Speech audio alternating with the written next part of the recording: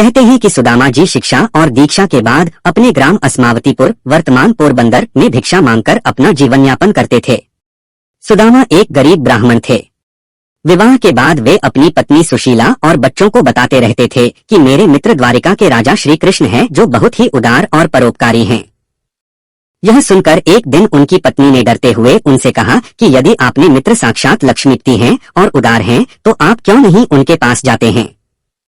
वे निश्चित ही आपको प्रचुर धन देंगे जिससे हमारी कष्टमय गृहस्थी में थोड़ा बहुत तो सुख आ जाएगा।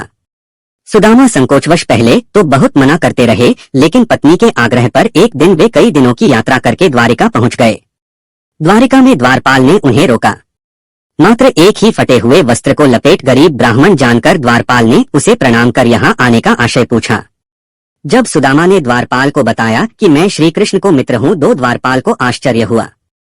फिर भी उसने नियमानुसार सुमादाजी को वहीं ठहरने का कहा और खुद महल में गया और श्री कृष्ण से कहा, हे प्रभु को फटेहाल दीन और दुर्बल ब्राह्मण आपसे मिलना चाहता है जो आपको अपना मित्र बताकर अपना नाम सुदामा बतलाता है। द्वारपाल के मुख से सुदामा नाम सुनकर प्रभु सुध बुध खोकर नंगे पैर ही द्वार की ओर दौड़ पड़े।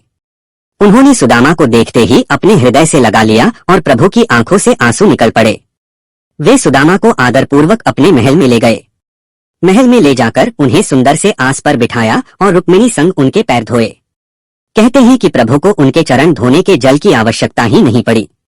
उनकी दीनता और दुर्बलता देखकर उनकी आंखों से आंसुओं की धार बहने लगी।